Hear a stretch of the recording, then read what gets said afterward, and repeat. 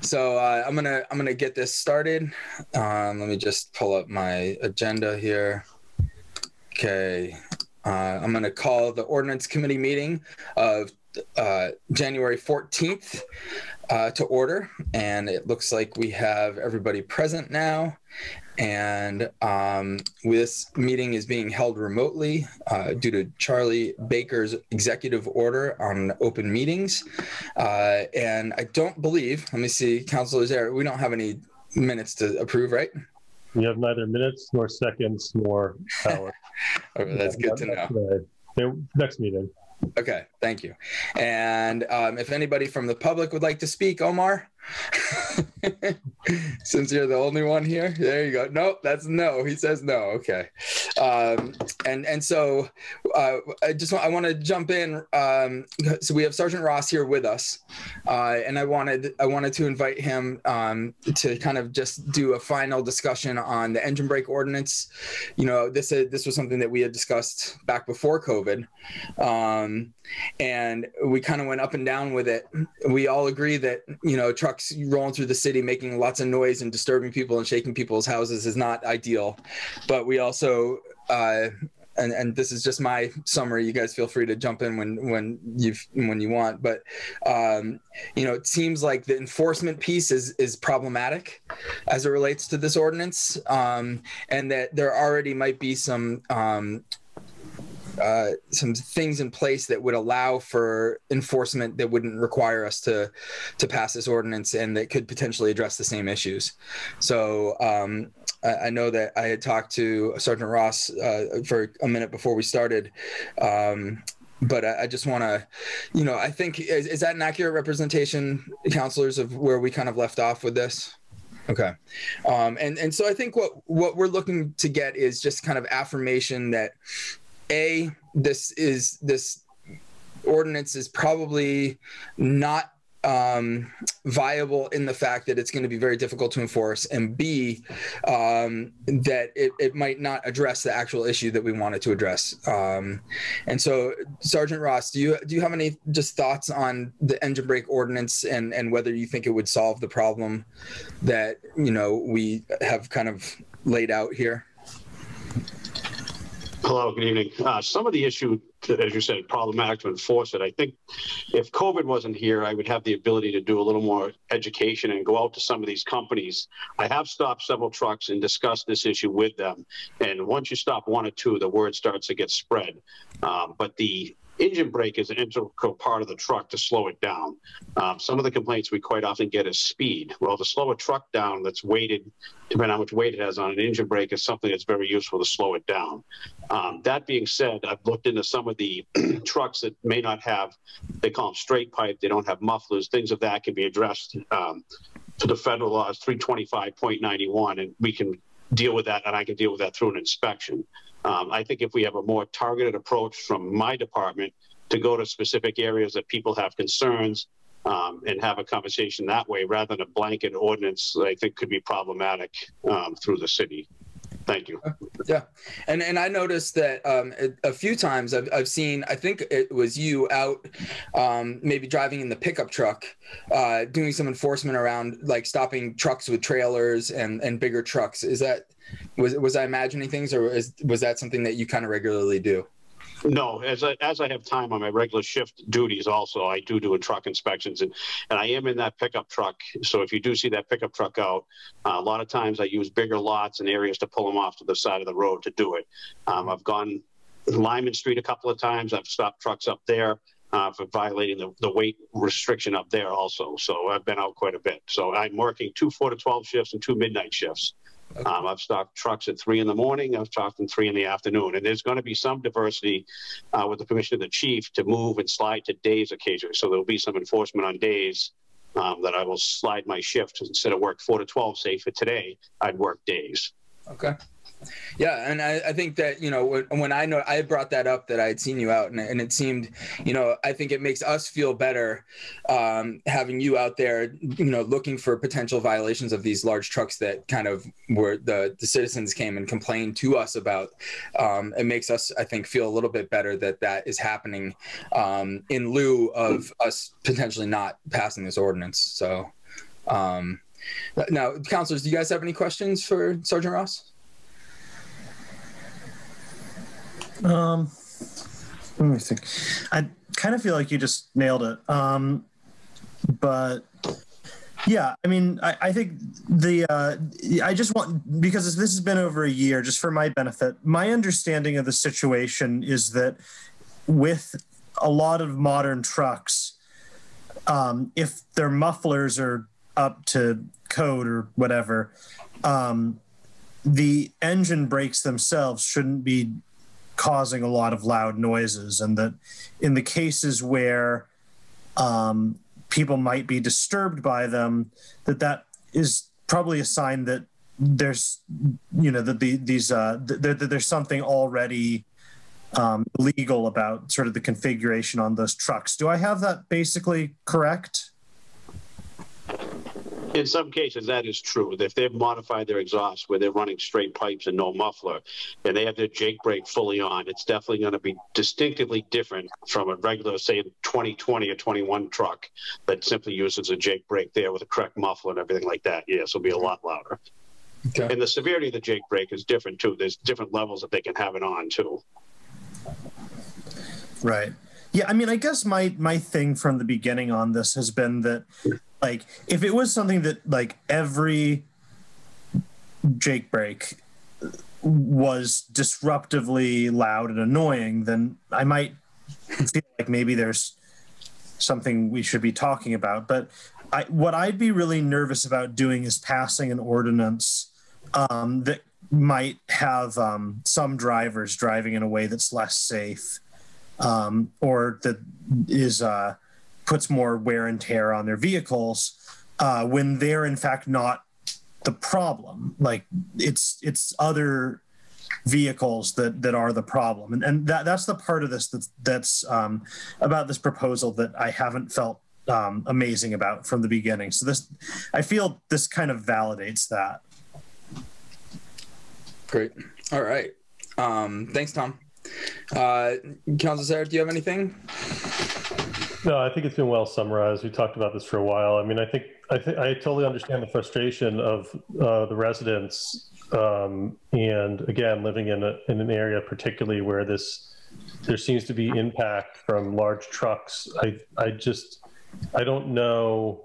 It seems like, again, from the education that we've been provided from Sergeant Ross, and thank you again for coming to our meetings, sir.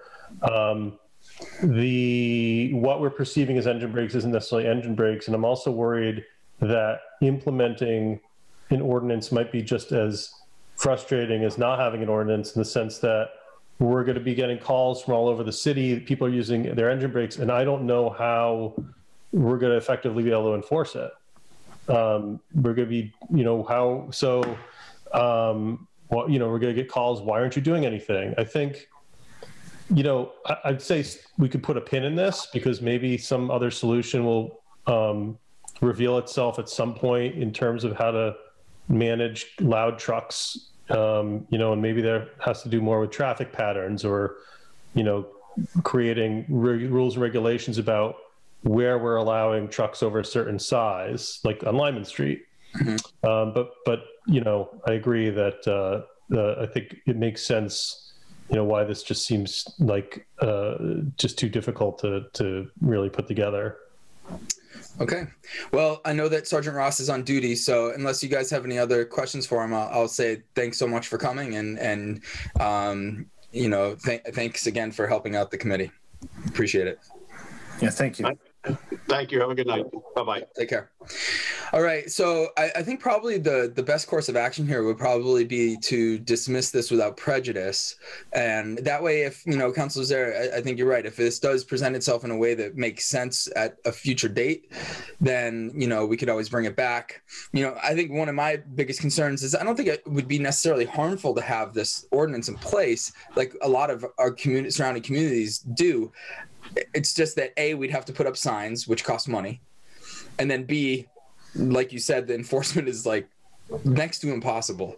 And so I think that I feel confident with Sergeant Ross on the roads, actively patrolling, looking for these types of violations. And, I feel like we can probably get just as much benefit from awareness as we could from passing the ordinance. So I'm happy to entertain a motion.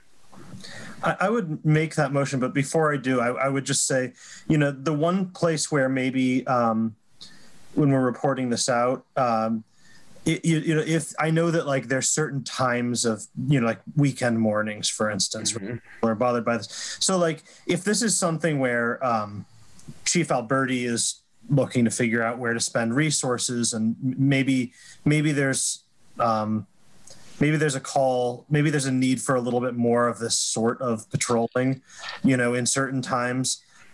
Just with the Sergeant Ross just describing his schedule, it sounds like it's mostly evenings and late nights. So maybe there's something to be done there. Not that the council has any authority to mandate that, but maybe that's information that could be conveyed. But that being said, I'm happy to make a motion to dismiss this item without prejudice. That's great. That's a great point. And as soon as we get a second, Owen, you want to second that one? Second. Okay, so let's, we have a motion and a second. Tom Peake. Aye. Owen Zarrett. Aye. And I vote in the affirmative as well, so we will dismiss this without prejudice at our next meeting. And I will endeavor to remember, but feel free if I don't, to mention what you just said, Tom, because I think that's an important point. I think that's one of probably the most effective ways that we can really deal with this, is to pinpoint areas and look for enforcement. And times as well. So that's great.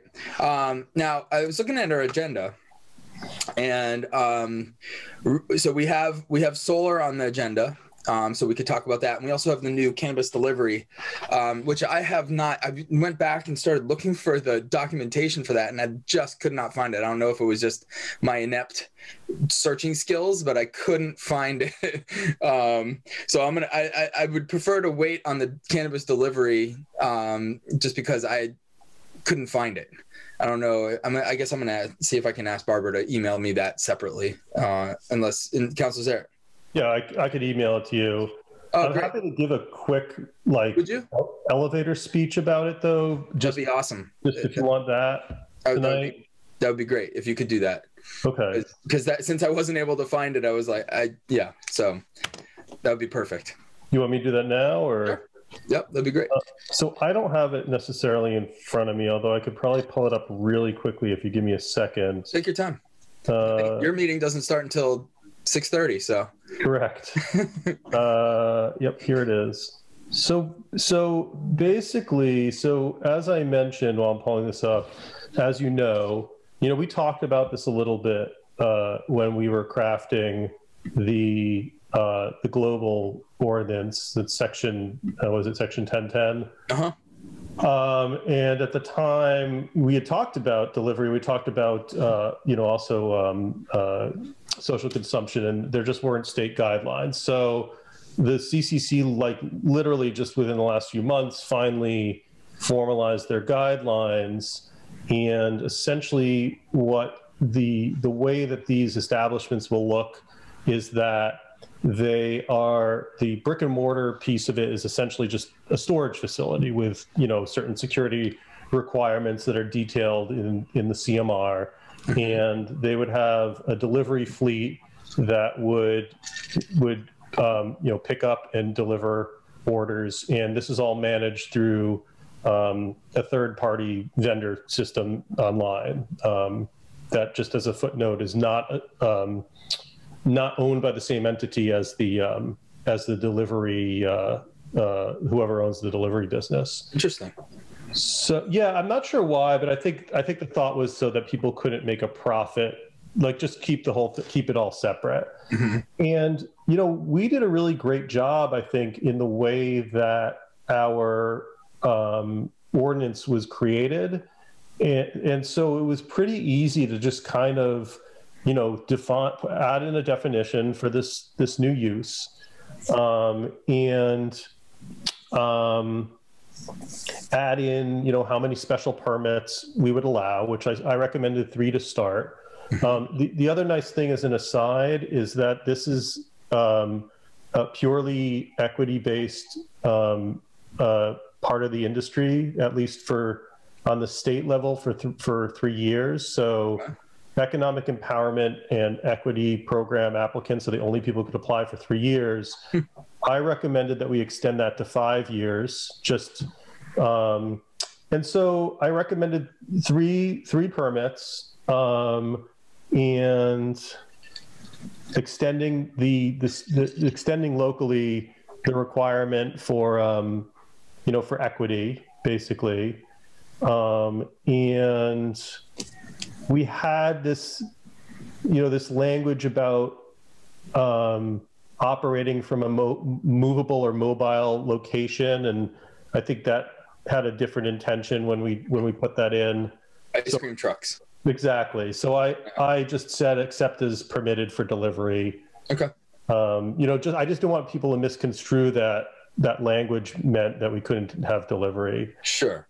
And then really the only other thing I think I did was, well, two other things. So one is that, again, Councillor Derby, in the spirit of a lot of the work you've done, this is a automobile-driven business or part of the industry. So I recommended that we prohibit idling at the source of pickup and the source of delivery. Yep. And I recommended that a third of the fleet, if they had greater than 3 vehicles, be some sort of fuel efficient vehicle, whether it be electric or hybrid or super high fuel efficiency. Right. And I think that in terms of location, highway business, industrial, mill industrial all made sense. Mm-hmm. And then the question is, how maybe could this type of business fit into either downtown or neighborhood business? And I kind of left that as a question. I think you'd have to have really specific requirements, like whatever location they had would have to have its own parking, no on-street parking. Mm-hmm. You wouldn't want to take up on-street parking for delivery vehicles. So that was the only thing I put in there, and I also would I put that in there just to consider it, but I also would think it would be equally reasonable just to say to not allow them. So I wanted to allow the committee to kind of deliberate that, and that was really it. I mean, the only other thing that is there's a when you apply for a special permit right now, there's a requirement for a traffic impact statement, but the way that our current ordinance is set up, it allows what's